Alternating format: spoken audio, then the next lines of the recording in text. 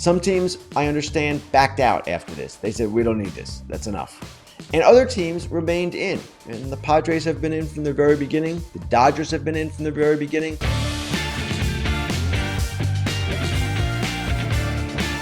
Welcome everyone to the Monday edition of Fair Territory, Trade Deadline Edition. And I want to open the show today by posing a question.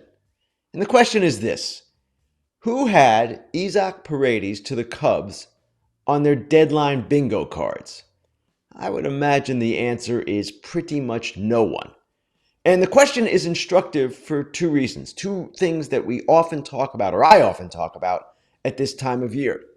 One, as much as guys like me like to act like we know what's going on, we don't really know what's going on.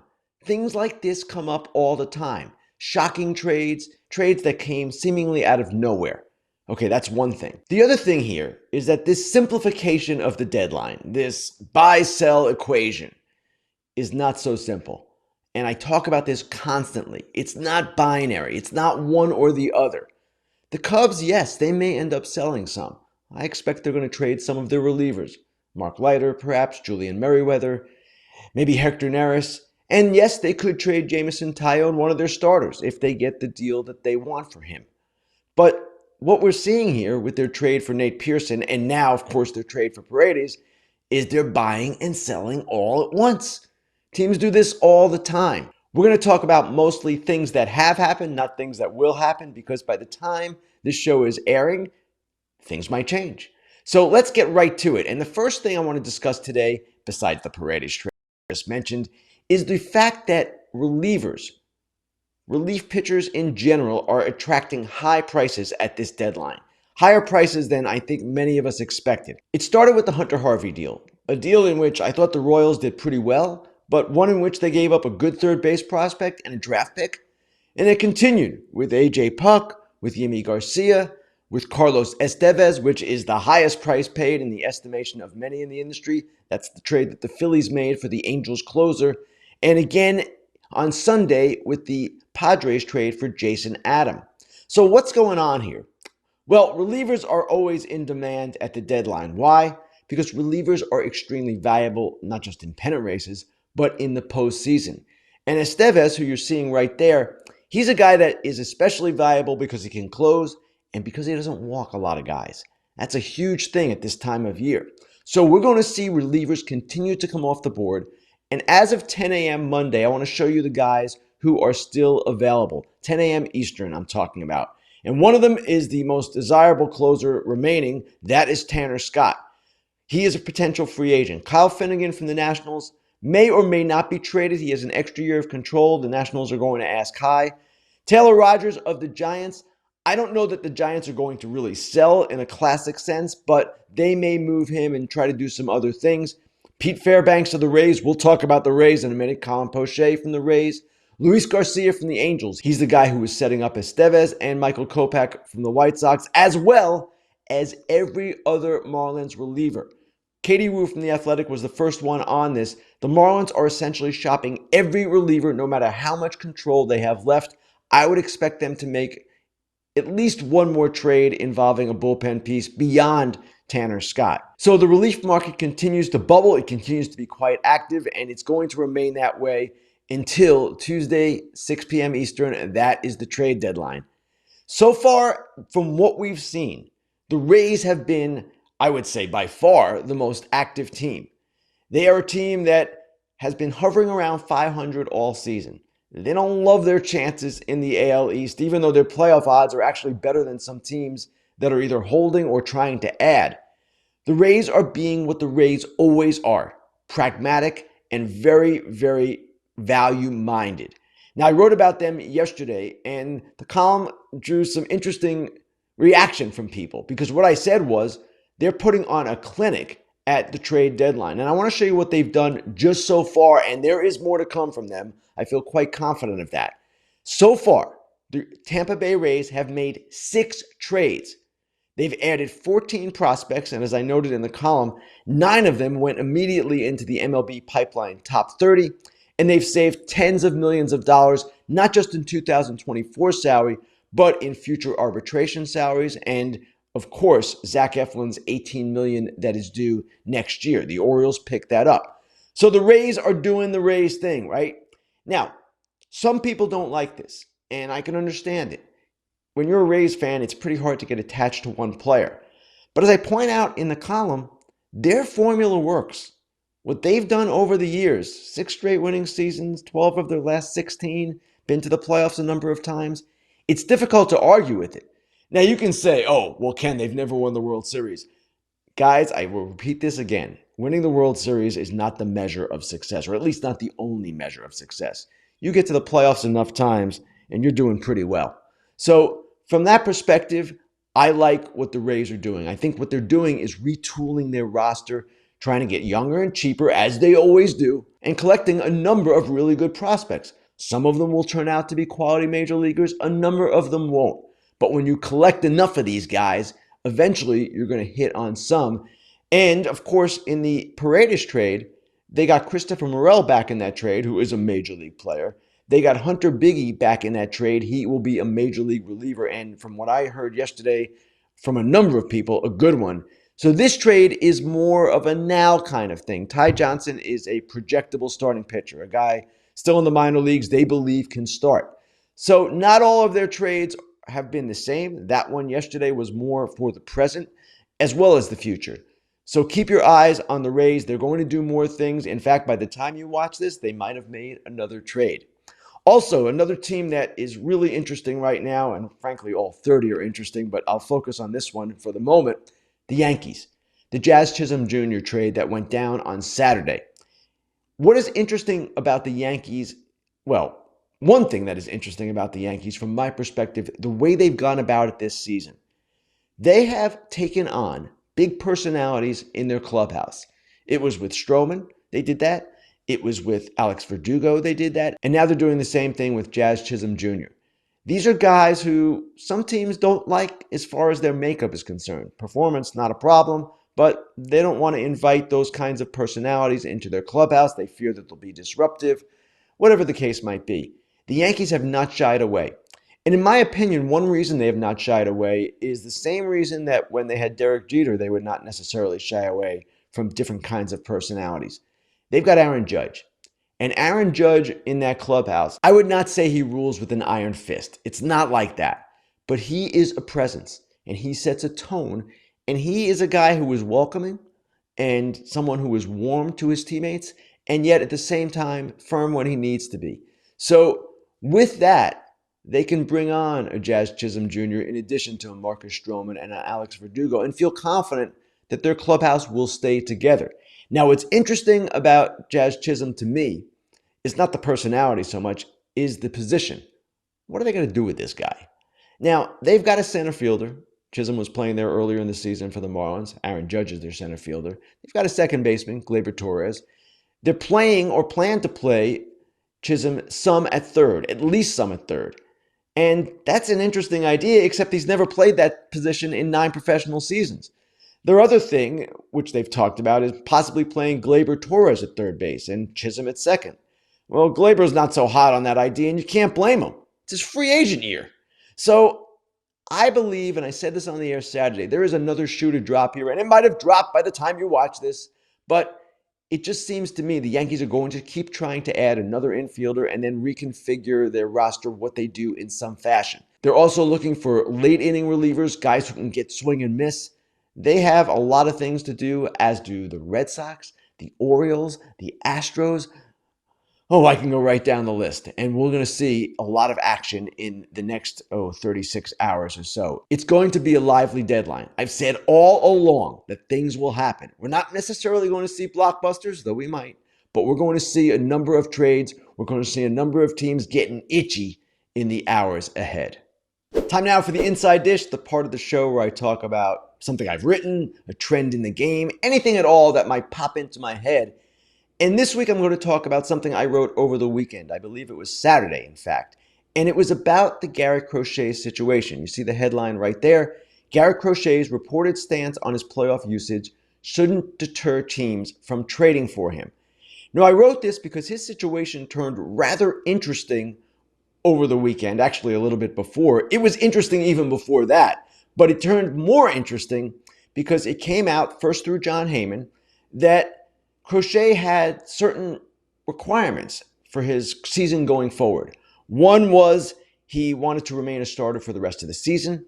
He also wanted to stay on a regular turn. And the big one was if he got traded, would not pitch in October unless his new team gave him a contract extension. So I started the column by saying, hey, I'm trying to imagine Garrett Crochet walking into the Dodgers clubhouse after getting traded and seeing Mookie Betts and Freddie Freeman and Shohei Ohtani and most of all Clayton Kershaw and saying, guys, I'm good. I'm going to pitch for you the regular season, but I'm not going to be there for the postseason. I have a hard time imagining that. I have a hard time envisioning a player doing that. Now, there are some players who have been outspoken even so far, former and current players, about how they are with Crochet here. They want to see him protect himself. And I totally get that. And in fact, this column elicited an interesting reaction, kind of a split reaction, at least based on the comments that are underneath it.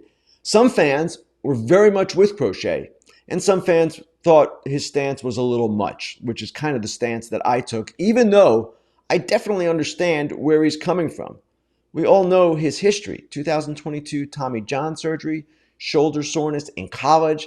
This is a guy who has already exceeded his innings maximum this season by almost, actually more than double what he did in college at Tennessee. So he's wanting to be careful. We all get that. And we also get that teams have not proven very adept at protecting pitchers. No one has the answers here, and that would include, for that matter, Garrett Crochet. No one knows how to keep these guys healthy.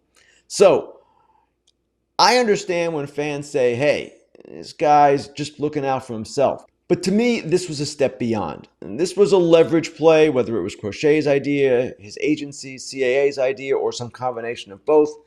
A leverage play to get himself paid, if possible, in this scenario where he seemingly has some leverage. Well, I don't know that he really does, because if you're a team with postseason chances, why would you give him an extension to pitch in October when no one is sure he will even be able to pitch in October? For me, the better solution here was for Crochet simply to remain quiet.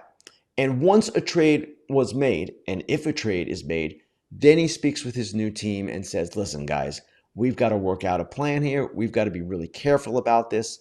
And in my estimation, or my opinion, the team is going to want to play along. The team that trades for Garrett Crochet, if this happens, will be a team that has given up significant prospects to the Chicago White Sox, and rightly so. Garrett Crochet is pitching like an ace. The White Sox are valuing him as a #1 starter, even though he's really only done this at a high level for 3 months. Remember, this is his first season in the rotation as a professional. Now, the other thing here, if you're a team acquiring Garrett Crochet, you're getting him for 2 additional seasons beyond this one. So why would you do something that might jeopardize him? So in my opinion, this never had to go public. This should have been something that was a conversation after the trade was made. And then at that point, yeah, you have a serious conversation about where Garrett Crochet is at, what is the best plan for him, what his preference might be, because players do know their bodies probably better than anyone else. But at the same time, this didn't have to get to this level because, in my opinion, it hurt Garrett Crochet. It hurts his reputation. And I don't believe for 1 second this is a guy who doesn't want to compete. And he's not saying he doesn't want to compete here. He's just looking out for himself. But the message that he sends, the perception that some fans will have and some in the media will have, is that this guy is too big for his britches. He shouldn't be making this kind of proclamation, etc., etc. So, in the end, do I believe Garrett Crochet will be traded? I don't know. What happened here with this all becoming public certainly changed the equation for some teams. Some teams, I understand, backed out after this. They said, we don't need this. That's enough. And other teams remained in. And the Padres have been in from the very beginning. The Dodgers have been in from the very beginning. There are other teams as well that are still poking around here. Because the bottom line is, Garrett Crochet does not have a no-trade clause. You can trade for him. And once you trade for him, you have that conversation and you work it out. And at that point, Garrett Crochet can say, okay, I know what came out earlier, but I understand what the team's desires are. They know what my desires are. We're going to figure this out. We're going to work it out for everyone's best interests. And that's really all that matters here. Not only the team's best interest, because teams can be rather selfish in their desires with players, and yes, at times can hurt players, but Crochet's best interest as well. And his best interest, well, yes, they might not be to pitch in the postseason because of the innings total that is mounting. So I know people have different opinions on this. I respect all opinions. This was an interesting issue to me precisely because of that. Precisely because you can see both sides of it. You can see Crochet's side. Hey, the White Sox made him a reliever. They kind of set this whole thing in motion. They made him a reliever, brought him up a couple of months after drafting him, then kept him a reliever in 2021 when maybe at that point they should have made him a starter again. He made 54 appearances in 2021. Kind of a lot for a guy in his first year full relieving. So you can understand Crochet's position, but you can also understand the other side of this. Basically, who the heck is this guy taking this kind of stance when he is not an established pitcher, really? He is not a future Hall of Famer, at least not yet. This is something that, again, should be worked out privately behind the scenes, and it should be worked out to the satisfaction of everyone. Hey, FD fam, I can't stop talking about Vuori. Vuori is perfect if you're sick and tired of traditional old workout gear. I wear Vuori in all settings, including during the trade deadline season, the heat that is going on, the action, because honestly, it's comfier than anything else I wear on a normal setting. Now, no joke, I'm wearing Vuori performance joggers right now. You can't see them. I'm also wearing a Vuori shirt. They're made from premium performance fabrics and are equal parts style and comfort. You're going to love them, period. Now, Vuori is an investment in your happiness. For our listeners, they are offering 20% off your first purchase. So get yourself some of the most comfortable and versatile clothing on the planet at vuori.com/foul. That's VUORI.com/foul, FOUL. And not only will you receive 20% off your first purchase, but enjoy free shipping on any U.S. orders over $75 and free returns. Go to vuori.com/foul and discover the versatility of Vuori clothing. Time now for Grillin Ken, the part of the show where we get to your questions. Let's get right to them. The first one this week comes from Brandon Curry, who asks, why are you publicly praising a team for selling that is 2 games above 500 and just 3 games out of a wild card spot? How is that good for the sport? Brandon, good question. I appreciate what you're asking there. And it's a very fair thing to ask because, as he said, the Rays are not out of this thing. So what are they doing? And why am I praising them? What they're doing is assessing their chances of really making an impact the rest of the season. And they're determining that those chances aren't all that good. As I said earlier, they've been a 500 team all year long. They have not played to the level of expectation that they had entering the season. And they just feel in the position that they're in a market where there aren't many sellers, they're better off retooling and going about it that way than making a push for a playoff spot that might happen. They could conceivably make the playoffs, even though their odds are around 15%. But even if they do, they're not going to the World Series. So, okay, the Rays make these decisions, and it's fair to ask in a vacuum, why would they do this? Why, in a position that they're in when they're not out of it, would they take this shot? As I mentioned in the column, they operate with a freedom that other teams don't have because of the market they play in. Home attendance is always bottom 5. One newspaper in that town, not much media presence. They don't get much scrutiny. That helps them in these kinds of situations because they're not getting ripped for it. And when you're the Rays also, you've got to be mindful of payroll considerations, whether they're legitimate or not, that's it. Now, there's also something else at play here. What you're asking is about the financial system of the sport, the economic system. It's not a great system. We all know that. But you have to operate within it, and that's what the Rays are doing. And I would suggest, from the standpoint of the sport, the expanded playoffs have definitely made more teams willing to compete at this time of year. That's why we're seeing so few sellers. The Rays are doing their own thing, and they're entitled to do that under the system. But for the most part, we're not seeing teams pull out at times when they have a chance. You look at the Giants and the Rangers, some of these other teams that their postseason odds are dwindling. They're not great, and they're kind of in the same situation as the Rays, but they're still trying. The Pirates are another team in that position. They're still trying. So by and large, if anything, the expanded playoffs might have created an unintended consequence where you have too many buyers. And when you have a seller like the Rays, they are, in my estimation, simply trying to take advantage of a market that is ripe for a team to jump in and sell the way they are. All right, let's go to the second question now. It comes from Tony Tabrizi, who asks, honestly, Ken, how could the White Sox not make a change at manager? They haven't won a single game since the All-Star game. 81 losses before August, 2. That's incredible. 14-game losing streaks. Geez Louise, on and on and on. Tony, I feel you.